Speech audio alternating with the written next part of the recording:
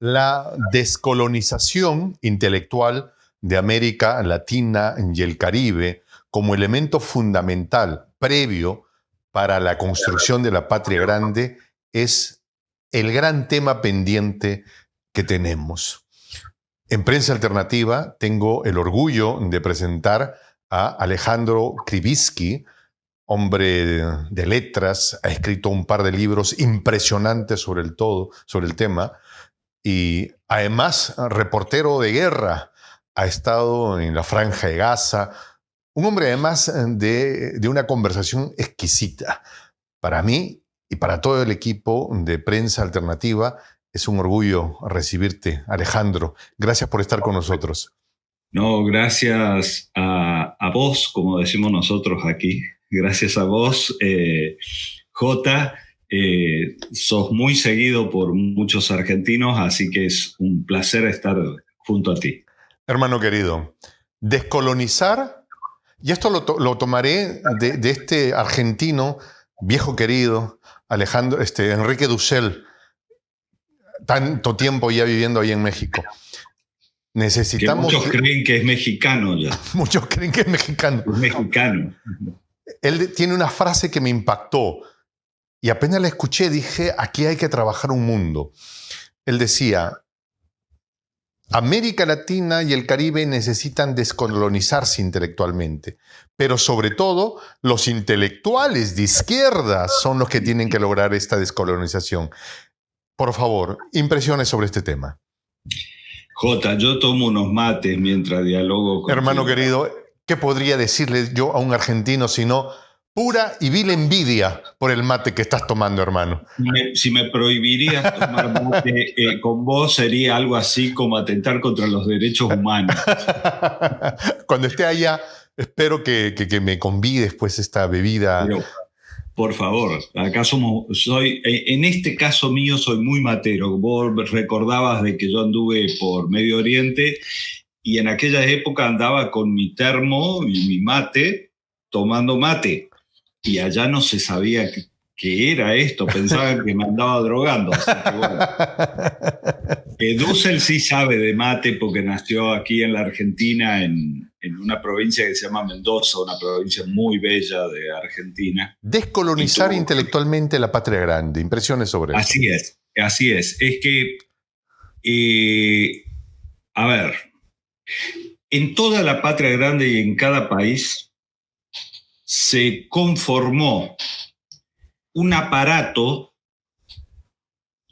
colonizador, un aparato del coloniaje, especialmente después de que nos independizamos, y voy a poner entre comillas independizamos. Emancipamos, ¿no? Sí, porque en realidad voy a hablar desde Argentina, ¿no? El caso argentino.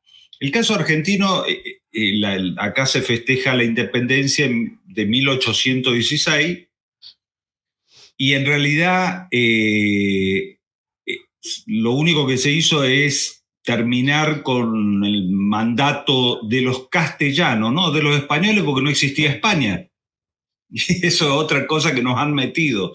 Los españoles llegaron a este continente y colonizaron. No fueron los españoles, fueron solamente los castellanos que dejaban de ser parte del califato de 5 siglos de vida musulmana en la península ibérica. Y que no eran más de 300.000, además. Así es. Y bueno, llegaron aquí los castellanos, quienes impusieron un idioma, una religión, y con el extractivismo de época, nosotros ayudamos a construir el capitalismo europeo y después mundial, con nuestras riquezas. Ahora, una vez que cortamos con ellos, nos independizamos. En el caso de Argentina voy a hablar, ¿no? Que es el caso que yo más conozco. Nos independizamos de ellos, pero pasamos a depender de los ingleses, que ya venían trabajando e incentivando que nos independizáramos de los españoles para poder tener desde el puerto de Buenos Aires exactamente. Y de pasar a tener un gran comercio interior, hasta ese momento, que iba desde la provincia mediterránea de la Argentina, de Córdoba, hasta Colombia, en un ida y vuelta, ¿sí? En un ida y vuelta en mula, había un comercio gigantesco. Cuando nos independizamos, ese norte-sur se convierte en este-oeste del puerto de Buenos Aires, puerto que fue hecho por los ingleses con la primer deuda externa que asume la Argentina para construir el puerto de los ingleses para que los ingleses no saquen y se lleven todo lo Y mucho me atrevo a pensar que los intereses de una deuda no pagada y de los intereses y del refinanciamiento hasta ahora se siguen pagando. No, quiero contarte algo, mi querido. Demoramos 100 años en pagar, pero siempre tenemos una nueva deuda. Claro. Como ahora que la deuda que nos dejó Macri a otros 100 años y es la deuda externa más grande del planeta. Quiero contarte algo, Alejandro. No es que esté tomando gaseosa. El equipo de producción me ha puesto café con hielo. Voy tomando café helado. Café frío, está bien, está bien. Bueno, eso para mí también es raro, como debe ser para ustedes el mate. El café helado acá es como un mandato por el calor que hace aquí ahora. Claro, Mira, Alejandro, y esto me llevaba a una conclusión de un debate que tuve, una conversación que luego se tornó incómoda con unos intelectuales españoles que me comenzaron a querer aleccionar sobre el imperio de los incas, ¿no? De que eran unos bárbaros que sacrificaban niños y esto. Y yo le digo, ¿imperio de los incas? Oye, no conozco ningún imperio de los incas, ¿sabes? ¿De qué imperio me hablas? Le digo, ¿que no conoces a Pachacútec? Ah, no, ese era el Tahuantinsuyo, le digo. El nombre propio era Tahuantinsuyo. ¿Qué es lo mismo? No es lo mismo. ¿Tú crees que los japoneses me permitirían decir el Tahuantinsuyo de Japón? No, sino porque ha habido una imposición académica de cómo debe entenderse, de cómo tenemos que vernos a nosotros. O sea, tenemos que vernos en el espejo de ellos. Esta conversación se tornó en un momento más que tensa, ¿no? Pero te planteo esta mirada para que la analices, por favor. ¿Sabes cuál es el peor problema? Es cuando vos tenés a un latinoamericano o de la patria grande pensando de esa forma. Porque que ellos brutalmente piensen de esta forma, y bueno, tiene su lógica porque son del norte, vienen de Europa y han sido formados de esa forma y desinformados también. En cambio, nosotros es peor, porque tenemos intelectuales en la patria grande que recorren los grandes medios hegemónicos dando lecciones y hablando en difícil para que la gente no lo entiendan. Para que suenen distinguidos. Pues claro, algo así para elevarse. En cambio, yo trato de hablar como habla mi pueblo para ser entendido por mi pueblo. Pero el problema nuestro está en la colonización mental. Cuando se genera la colonización mental, ¿qué podés esperar si te colonizan el poder? Cuando colonizan el poder, estamos hablando que está colonizada la clase dirigente, política, la judicial, el aparato judicial está colonizado, por lo tanto las leyes que aplican son leyes ya con un nivel de colonización, y los periodistas están colonizados. Y piensan desde un eurocentrismo la realidad que no tiene nada que ver con Europa y desconocen totalmente, y este es el plan de colonización, para desarraigarnos, para hacernos sentir fuera de nuestra tierra. Acá, en la Argentina, por ejemplo, la Argentina se cree blanca. Es el país más blanco de Latinoamérica. La Argentina somos europeos. Si caminas por la calle de Buenos Aires, de la ciudad autónoma de Buenos Aires, y vas a ver palacios como el Palacio Barolo o el Congreso de la Nación, todo es igual que caminar por cualquier país europeo. No le envidiamos en ese sentido nada a Europa, porque los arquitectos, después de la independencia, lo que construyeron un país gemelo a cualquier capital europea. Y el porteño específicamente, el que vive en el puerto de Buenos Aires, se siente como un europeo en el exilio, más que como argentino. Y piensa como europeo que vive en el exilio. ¿Y eso no duele? a Europa. Duele, a mí me duele, porque soy un defensor de nuestras tradiciones, de nuestros pueblos.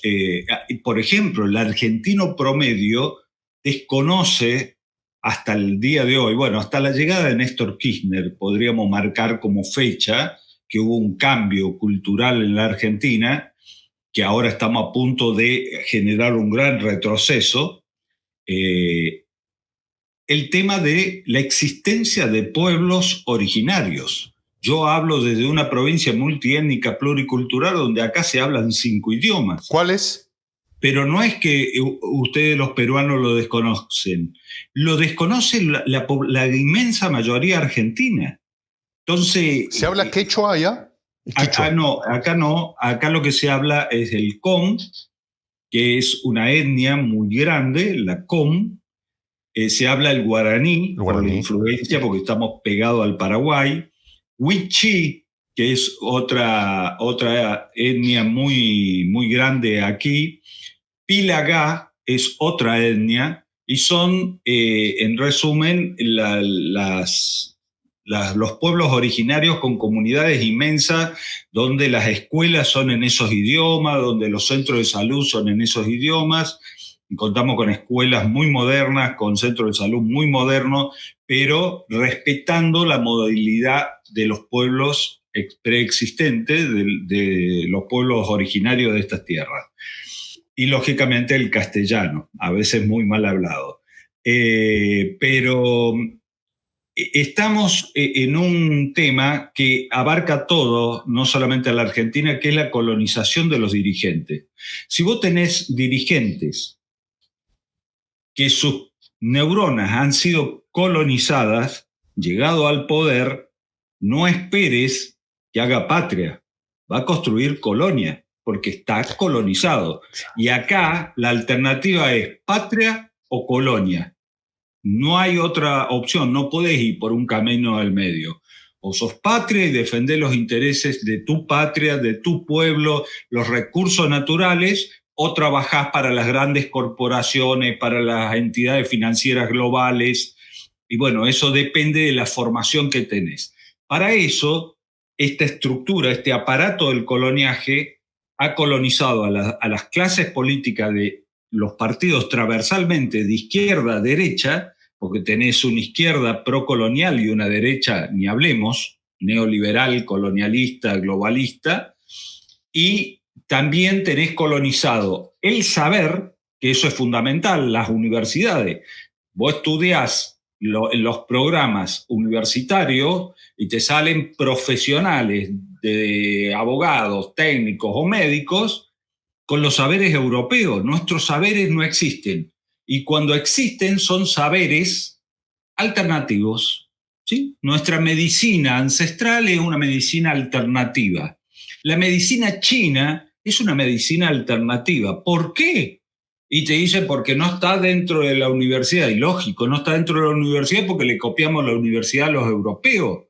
Y cuando en las universidades o en los colegios, en las escuelas, enseñan historia universal, te dicen, ¿qué historia universal? Te están enseñando la historia de 5 países europeos que eran periféricos, totalmente marginales a la hora de la conquista de lo que conocemos como América o la patria grande, porque el mundo pasaba por otro lado y han dejado el saber de China, que fueron los que llegaron antes de Colón acá, y está hoy, en el siglo XXI, podemos ingresar hasta por internet a los mapas y la cartografía china y ver la fecha, contrastar la fecha. Los chinos ya habían cartografiado antes que llegue Colón estos territorios por el Pacífico, pero a nosotros nos enseñan a mirar hacia el Atlántico. Estamos siempre mirando hacia el Atlántico. Entonces China queda lejísimo. Nos queda lejísimo China, y China está calado para los argentinos. Cruzás Chile y está China, y tenés Oceanía, pero nos han enseñado a mirar solo para Europa. Como los caballos en las carreras. Como los caballos en las carreras, solo miramos a Europa. Entonces, a partir de ahí ya generamos sentido común, colonizado, el sentido común de la gente colonizado. El saber solamente viene de Europa, cuando eran unos brutos, ignorantes, que apenas llegaron en unos barcos sin traer nada a este continente más que enfermedades, y el saber de aquella época colonizadora no pasaba por esos países periféricos como España, Inglaterra, que eran... Me pondré como abogado del diablo, Alejandro. Sí, por favor, sí. Pero el boom del conocimiento científico surge en esa Alemania decimonónica o antes, y si conocemos algo sobre la física, pues es a partir de esa Europa tan tecnológicamente científica, ¿no? Tan metodológicamente científica, y no hubiéramos conseguido los avances que tenemos ahora si no eran por ese siglo maravilloso germano. Ahora yo te lo discuto a eso, porque, por ejemplo, ahí en Alemania se dice que se inventó la imprenta. Gutenberg. ¿Sí? Claro, y no, él lo que hizo es copiar lo que ya habían inventado los chinos, que para ese entonces que aparece este señor, ya tenían papel moneda y libros en China. Entonces, que no nos vengan a vender espejitos de nuevo otra vez para llevarse lo nuestro, porque Europa era periférica. O en todo caso, la capacidad que tuvieron de juntar los saberes, apropiarse de ellos y presentarlo como si fueran... Es como que esta expresión Hakuna Matata... Cuando estudias desde adentro la revolución industrial inglesa, que tanto nos venden a nosotros, especialmente los argentinos, que somos un país colonial. Yo tengo ahí atrás las Malvinas argentinas, que a propósito aprovecho para agradecer al pueblo peruano, porque el pueblo peruano fue solidario con la Argentina en pleno combate por recuperar nuestras Islas Malvinas. Mandaron Sukhois. Así es. Y fueron pilotos peruanos. Así es. Que se ofrecieron incluso a volarlos, ¿no? Tal cual. Así que eso está en el corazón de los argentinos para toda la eternidad, ¿no? Pero te decía, Inglaterra también nos vendió algo que fue una copia de lo que ya habían hecho los chinos. Los chinos llevaban una avanzada terrible, tremenda en esos momentos históricos. Pero hoy las nuevas tecnologías, insisto, que muchas veces son utilizadas para otra cosa, para dominar a los pueblos, también puede servir para liberarnos a los pueblos. Esto que dices me hace acordar algo medianamente anecdótico, ¿no? En una reunión entre el presidente Xi Jinping y el expresidente estadounidense Donald Trump le dijo que habían cosas que no se podían modificar porque la tradición diplomática de su país, que llevaba 200 años de antigüedad, lo determinaba así, ¿no? Y Xi le dijo, bueno, sí, pues hay cosas que son así, y lo entendemos de alguna manera porque nuestro servicio diplomático tiene 3.000 años de antigüedad. Claro. Como cualquiera de nosotros, desde Estados Unidos abajo, podemos discutir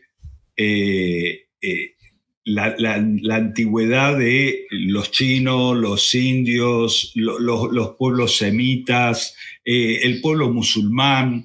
Lo que pasa es que nos han formateado en todos los sentidos. Nos han colonizado el saber, ¿sí? Desde la escuela hasta las universidades. Por lo tanto, ¿qué profesionales o qué persona medianamente preparada producimos? Ya la producimos con un colono acá adentro, con un eurocentrismo. Tenemos con un colono acá adentro. Acaba de poner una frase para tallarle en piedra. Pero es que aparte, ahora, el colón que está metido adentro de las neuronas, colonizándote el cerebro, ahora lo hemos cambiado por un marín. En estos días en la Argentina hemos recibido a toda la gente del Comando Sur. Laura Richardson, uniformada. Así es. Entonces tenemos el colono de este lado y el marín norteamericano del otro lado. Eso es la colonización mental. Y los medios hegemónicos que están las 24 horas promoviendo la colonización mental. Entonces, no hay escapatoria prácticamente en esto si no desarmamos el aparato cultural, el aparato del coloniaje. ¿Cómo logramos eso? Bueno, es una tarea muy difícil porque eso se logra con esto que estamos haciendo nosotros y la gente que está escuchando y empieza a reflexionar y a pensar, y tenemos que llegar al Estado. Si nosotros no formamos ciudadanos descoloniales, y esos ciudadanos en la política no generan políticas descoloniales que a su vez lleguen al poder y descolonicen desde el poder, la justicia, la educación, y estamos fritos, hermano, porque el imperio está rotando para Latinoamérica, que vienen por nuestros recursos, vienen por el litio, vienen por el agua, vienen por todo lo que nosotros tenemos. Entonces, como el imperio norteamericano ha sido derrotado prácticamente en los territorios donde estuvo, fíjense en Afganistán, como lo sacaron los afganos, y vos decís, pero los talibanes sacaron rajando, pero los talibanes... Rajando es... una identidad con su tierra, con sus costumbres, con su pueblo, sacaron rajando a los rusos primero y a los yanquis después. ¿Rajando qué se entiende por...? Corriendo. Corriéndolos. Y a dos potencias. Es el cementerio de los grandes imperios. Cada uno que quiso pisar ahí, el pueblo finalmente lo sacó corriendo de ahí, de ese lugar. Ahora, la tarea es gigantesca porque a su vez el colonialismo que sufrimos nosotros, actual, que viene desde tiempos de la colonia y antes, porque acá, querido amigo J, lo que se aplicó a partir de la llegada de Colón no fue otra cosa que la misma práctica que aplicaban en Europa. El primer genocidio contra pueblos originarios no se dio acá, se dio en Europa.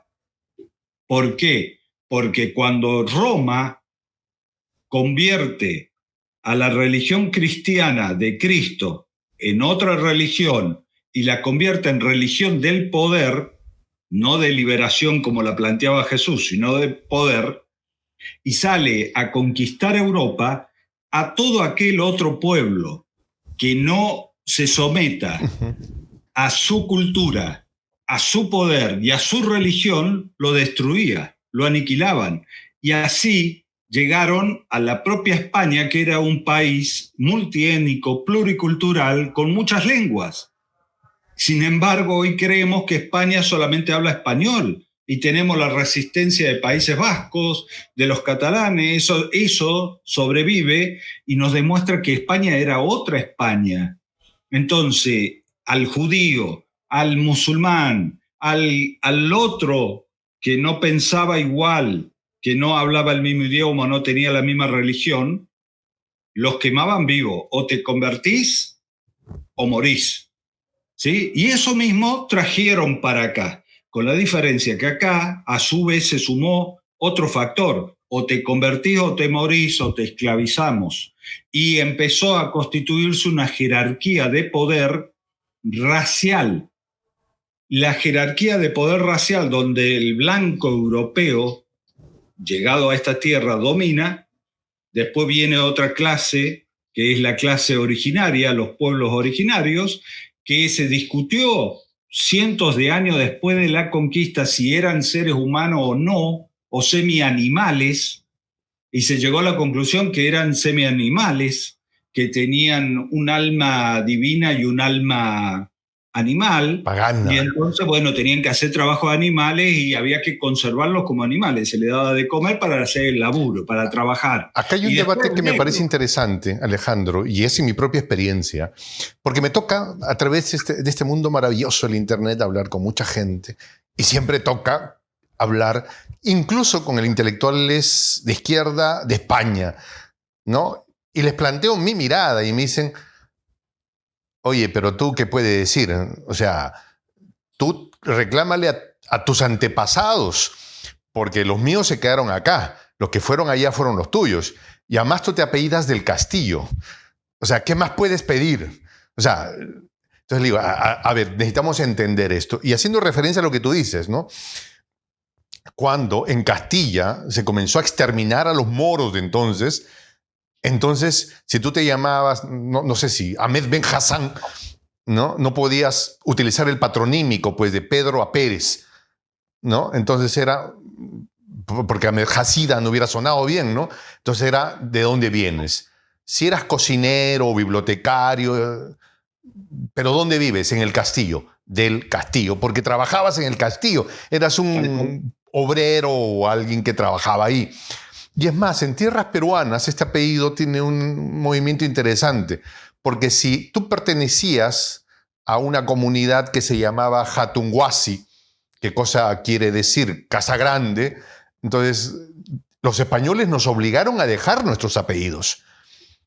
Y entonces dijeron, a Hatunguasi no, llámate Casa Grande, pues, o del Castillo, ¿no? Y nos cambiaron los apellidos. Yo, por ejemplo, he tenido la suerte de hacerme esto del ADN y resulta que mis antepasados fueron gente que transitó por Ecuador, por Perú, por Bolivia, por el sur, por el actual suroeste de Argentina, Chile, Bolivia. O sea, más originario no puedo ser, ¿no? Pero me apellido del Castillo. Entonces, como que necesito completar mi historia, ¿no?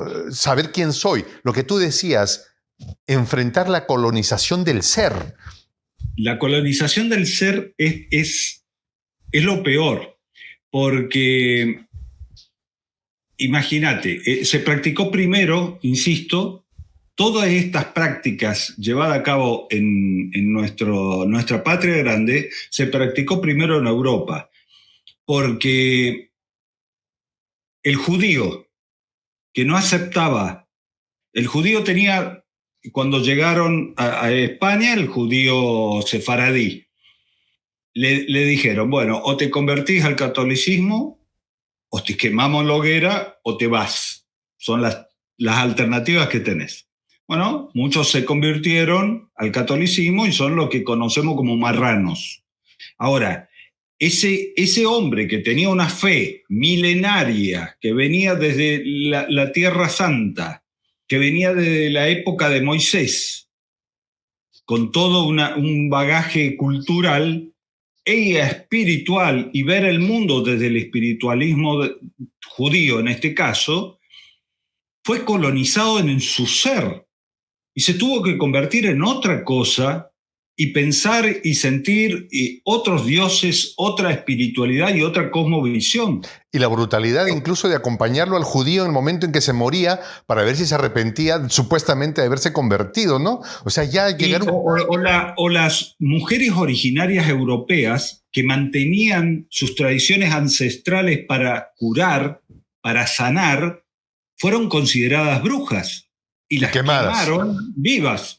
Sí, porque eran brujas, pero eran mujeres que tenían saberes de los pueblos originarios europeos.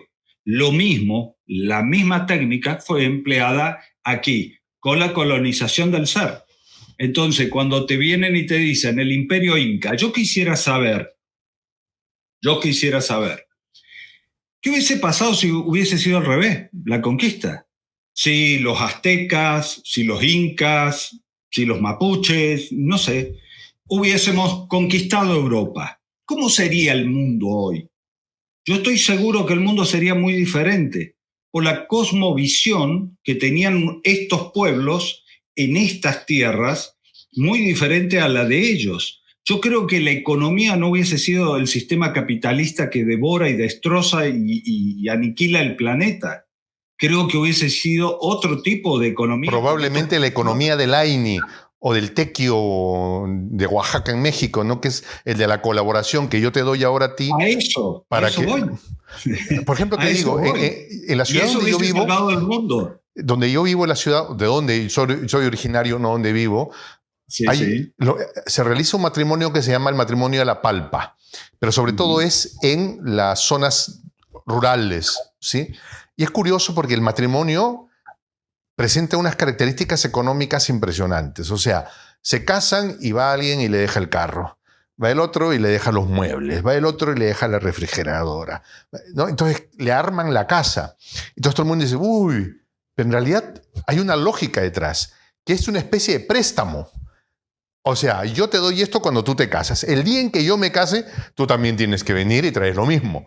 Nada más que ahora te estoy dando a ti porque tú eres el que se casa, ¿no? Tal cual, tal cual. Casi todos, si vemos todos nuestros grandes pueblos preexistentes, tenían una economía solidaria y autosustentable. Entonces, si nosotros hubiésemos sido los conquistadores, hubiésemos llevado nuestro sistema económico, como ellos trajeron el suyo y lo implantaron acá. Lo peor es que cuando hablamos de una jerarquía racial en nuestro ser colonizado, porque estamos todos más o menos colonizados, y hay una jerarquía racial. En esa jerarquía racial donde se hizo trabajar al originario y al negro que lo traíamos, que ya ese no era humano, por eso se podía vender, comprar, hacerlo cualquier cosa con él, porque no era considerado humano. Entonces se produjo las riquezas que se llevaron para cimentar el sistema capitalista existente hoy.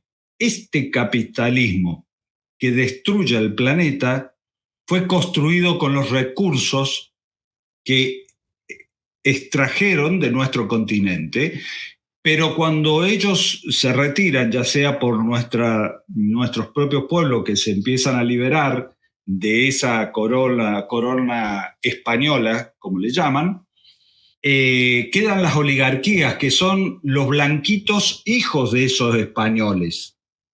Y estas oligarquías son las que declaran la independencia, para ellos manejar libremente. Entonces, en todos los pueblos nos han quedado las oligarquías que sostienen la misma jerarquía racial que había antes con la colonia, la mantuvieron, nada más que el blanco pasó a ser el criollo blanco, ¿no? El nacido aquí en esta tierra. El blanco nacido en esta tierra quedó arriba de la cúspide. Pero no cambió nada para los pueblos originarios y mucho menos para la población afrodescendiente. No cambió. Al día de hoy, en el sentido común, en la Argentina, se desconoce cualquier descendencia afrodescendiente. Se la desconoce. Y aparte, en el sentido común argentino, hay un nivel de racismo que el argentino no quiere reconocer. Pero el argentino, y voy a decir una mala palabra, permítame, compañero, es que el argentino al de colorcito le dice negro de mierda, pero le dice negro. Cuando hay una cosa rara y hubo una mano negra. ¿Por qué una mano negra y no una mano blanca o una mano amarilla o una mano? Acá somos seres humanos, no hay colores. Todos tenemos la sangre roja. Y si sos cristiano, todos somos hijos del mismo Dios. Entonces, pero en el sentido común, hasta para la ofensa, se utiliza un esquema racial para ofender al otro. Pensaba en unas expresiones. Los peronistas de hoy, los peronistas desde la oposición le dicen los negros en la Argentina, los negros descamisados, sin camisa, son los peronistas. Vaya.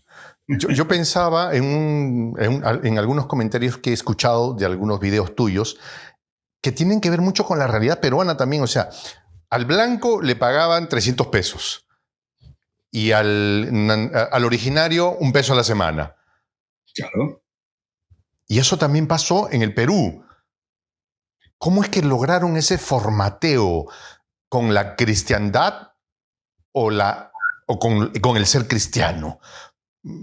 O sea, tú no reclames, porque la Biblia dice que tú, si tienes condición de esclavo, más bien ocúpate de ser buen siervo para Lo que pasa, Jota, que hay, con todo el respeto que yo tengo a el pueblo católico, ¿sí? A los fieles católicos, pero hay que diferenciar algo también, porque por eso yo digo que cuando estudiamos esto de la colonización y especialmente la colonización del ser, tenemos que ir a la Roma anterior a la Roma imperial que toma Europa, a la Roma anterior a la Roma cristiana, porque según los mismos evangelios, Jesús no tenía una iglesia piramidal, verticalista, era asambleísta. ¿Por qué se hizo vertical? Era comunitarista, planteaba repartir los panes y los peces. Podríamos decir que Jesús fue el primer socialista. ¿Cómo se convierte una fe religiosa que nunca salió de Tierra Santa? Porque Jesús nunca salió de Tierra Santa, ni siquiera de lo que hoy se conoce como el lago Kineret, que es el mar de Galilea. Se fue a Jerusalén, a donde corrió a los mercaderes del templo y después fue crucificado y muerto en Jerusalén. Pero toda su prédica fue alrededor del mar de Galilea. Ahora, nunca salió de ahí ni nunca escribió una letra. Siempre se basó en los escritos ya que había del Antiguo Testamento. Siglos después, ese imperio, que junto seguramente con alguna casta judía mandaron asesinar a ese hombre que molestaba al imperio, se convierte y reconvierte esa fe y esa religión al modelo imperial que iban a llevar a cabo. Secuestran a Cristo, en otras palabras. Es como que secuestraron a Cristo y sus ideas. Oye, acabamos de conseguir el título para un tremendo libro, ¿eh? El secuestro de Cristo. El secuestro de Cristo, tal cual. Es que fue secuestrado. Yo muchas veces hablo aquí en la Argentina con sacerdotes que son de la opción por los pobres, se lo conoce aquí, los tercermundistas antes. Esa iglesia de Ernesto Cardenal, claro, del Padre Romero. No tiene nada que ver con todo esto, tiene mucho más que ver con las iglesias antes del Imperio Romano Cristiano. Por eso nos han etiquetado y nos han puesto que nosotros somos occidentales y cristianos. Occidentales, ¿desde dónde ves el mundo para que nosotros seamos occidentales? ¿Por qué Perú no es el centro del universo? De hecho, la palabra Cusco, que era la capital del Tahuantinsuyo, quiere decir ombligo del mundo. Y bien. Y es que debería... La cosmovisión del que está ahí, pues, ¿no? Es que es lógico ver. Vos tenés que ver primero dónde vivís, qué es lo que te pasa, cuáles son tus problemas para resolverlos y desde ahí ver y ir expandiéndote al lado, al mundo, al universo, a las galaxias, pero hay que pensar desde nosotros mismos, con cabeza propia, pero no. Latinoamérica piensa con cabeza prestada, primero europea y ahora norteamericanizada. Y entonces mandamos a nuestros jóvenes a hacer becas de estudios a las grandes academias o norteamericanas o europeas, lo mismo a los cuadros militares. ¿A dónde van los cuadros militares? A Estados Unidos. ¿Por qué no van a Rusia? ¡Ah! ¡Qué escándalo sería si el ejército peruano o argentino mandase a capacitar soldados a Rusia o a Irán o a Corea? ¿No? Sería un escándalo. Pero no. En el sentido común colonizado nuestro está correcto, está muy bien si fuiste a Estados Unidos, si estudiaste en Harvard. Hay una expresión de alguien que decía, cuidado que aquellos que estudian en Harvard hacen cada barbaridad. Tal cual. Bueno, yo te cuento que yo hice un cursito en una diplomatura en Harvard y me costó horrores tener que, acá en la Argentina le decimos tragar sapos. ¿Sí? Los sapos, los bichos. Me hace acordar que hace un tiempo atrás hablaba con Atilio Borón y también él habla, porque él también estudió en Harvard. Sí. ¿No? Y era como que él decía, ¿no? Los gringos realmente se creen que tienen un mandato divino de llevarnos al destino manifiesto que ellos creen. O sea, y se la creen de verdad. O sea, es como que como que alguien creyera que un rey gobierna porque Dios le dijo. Ahora... pero me refiero a la élite, sobre todo, ¿no? Sí, seguro. Ahora, Jota, decime, ¿cómo es el mapa mundi con que estudian los chicos peruanos? El norte arriba y el sur abajo. ¿Y si lo...? ¿Por qué no probar, no? ¿Y la patria grande dónde está? En la pateadera del Abajo, norte, ¿no? En un costadito, ¿no? Y arriba están los poderosos, los que tienen el saber. Así que ellos tienen más saber que nosotros. ¿Por qué? ¿Y por qué nosotros estamos abajo y en un costado? ¿Por qué no podemos estar en el centro? Si el mundo es redondo, depende de dónde lo veas. Agarrá, los chicos que nos están viendo ahora, agarren el Google Earth y jueguen con el mundo y explíquenme en dónde está el centro del mundo. ¿Por qué Greenwich? Ellos están arriba y nosotros al sur. Exacto. Es para que nos genere un sentido común de que somos inferiores, de que somos inferiores, que no tenemos cultura, que no tenemos saberes. La pucha, me hablaste de Cusco, que es el ombligo del mundo, que es lo más genial. Yo la verdad no sabía exactamente si esa era la definición, pero a mí me gustaría tener que todos los argentinos tengamos un pensamiento cusquiano, diríamos. De sentirnos el ombligo del mundo y decir, señores, ustedes necesitan agua porque tienen seno, ¿cierto? Y nosotros tenemos la reserva de agua más grande del planeta. Pero fíjate, yo me ponía a pensar y lo hablaba. Las condiciones las ponemos nosotros, ¿no? Decidieron ser el ombligo, no el cerebro, no la columna vertebral. Pudo haber sido los Andes. Simplemente era el centro. Yo estoy al centro. Exacto, exacto. ¿No? Pero claro, pero es que tenemos que ser el centro. ¿Por qué no? ¿Por qué se nos ve o los que? Pero ¿cómo lograrlo con Netflix que nos vende? Y bueno. ¿Cómo lograrlo con Hollywood? No hablemos de marcas, de plataformas digitales, por favor, para que no me metas en problemas, mi querido. Con un nacionalismo moderno que rescate nuestra verdadera historia, no la historia que nos contaron los que ganaron, que rescate nuestros saberes originarios de nuestros pueblos ancestrales. Nosotros tenemos que hacer nuestras propias producciones, nuestro Netflix de Patria Grande. Exacto. ¿Por qué no comenzar a consumir nuestra producción? Yo estaba leyendo, yo voy a pocos libros. Estamos colonizados mentalmente. ¿Me permites este libro acá, el de Juan de Betanzos? Quería compartir contigo este libro de acá. Mira, este libro a mí me pareció particularmente interesante. Juan de Betanzos, por ejemplo, es un cronista que cuenta cómo fue el proceso de la colonia, ¿no? Juan de Betanzos y el Tahuantinsuyo. No sé si se puede leer. Pero el punto es este, sí. Juan de Betanzos. Sí.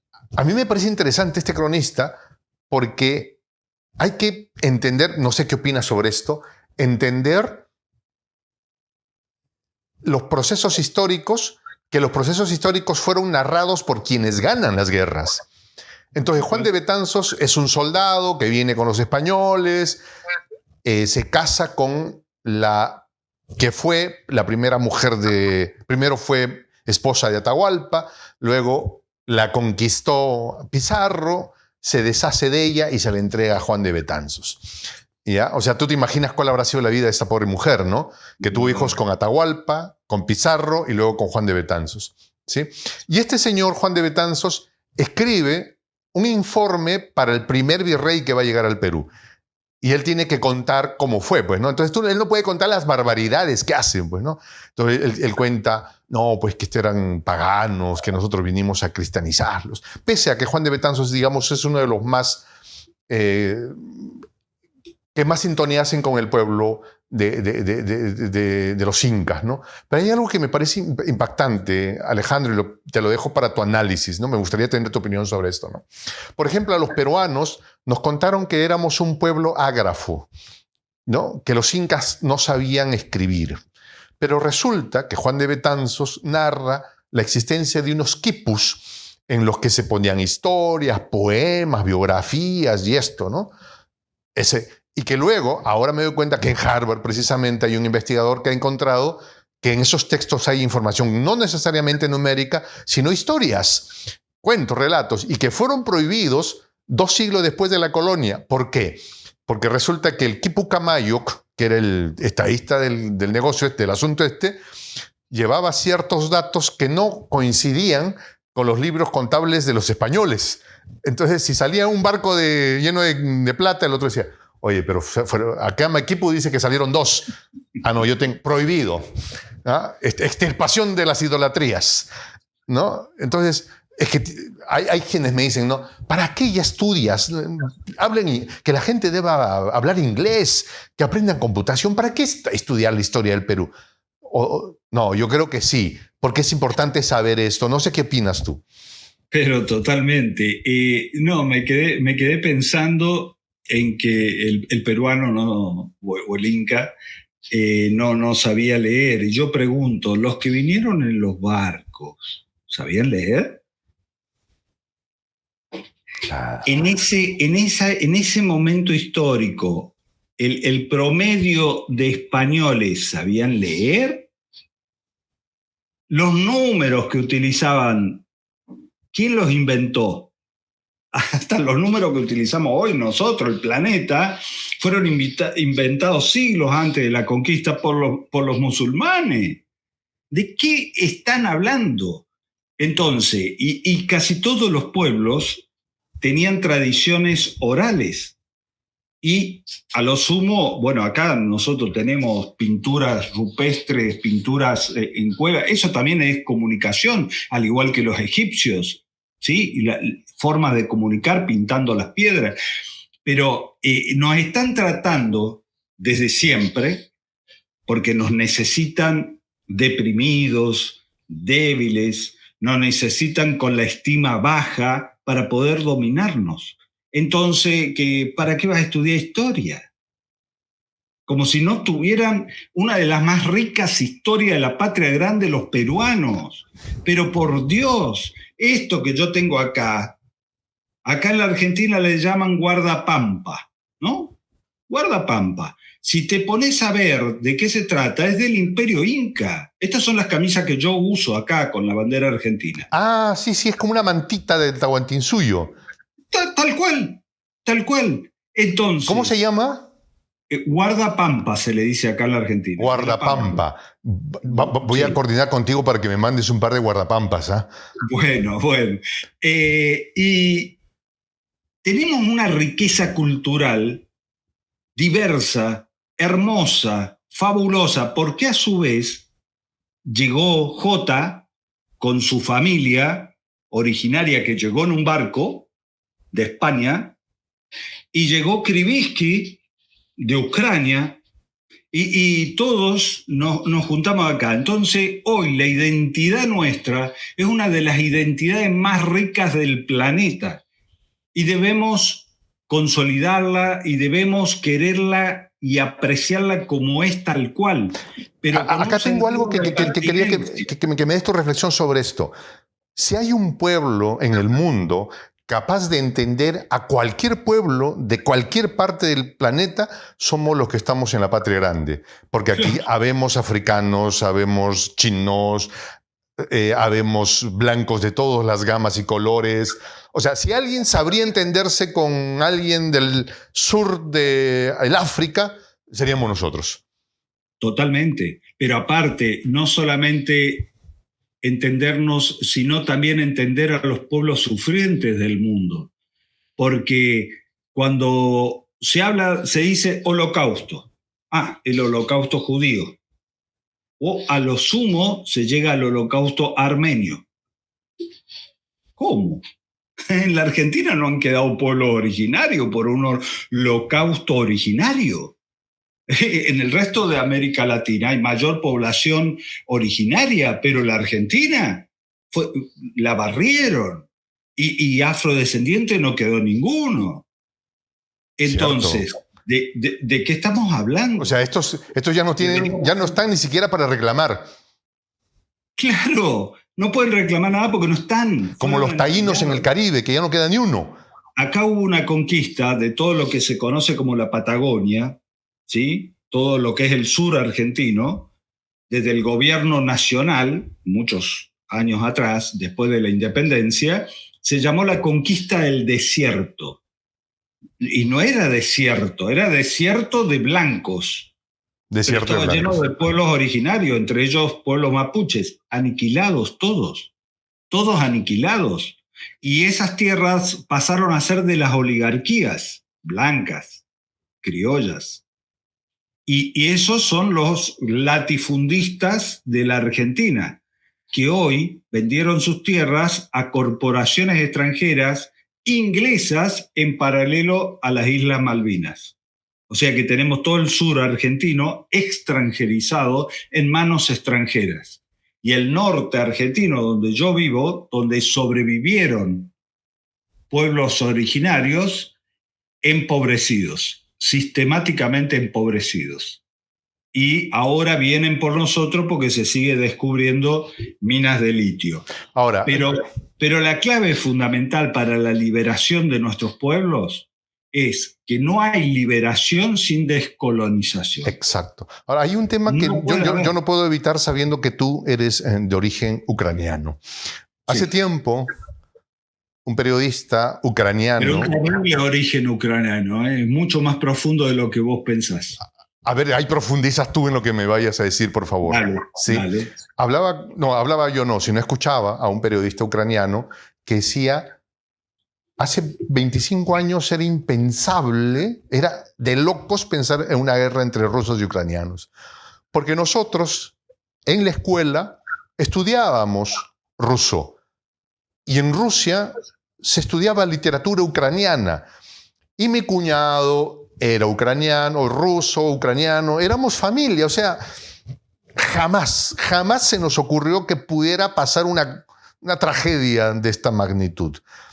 Pero comenzaron a llevarse a cabo eventos aparentemente muy inocentes, como la aparición sistemática de series de televisión en tipo comedia que decían que los ucranianos eran superiores a los rusos, porque los rusos eran cochinitos, porque los rusos eran alcohólicos, que los ucranianos más bien eran europeos y que no tenía...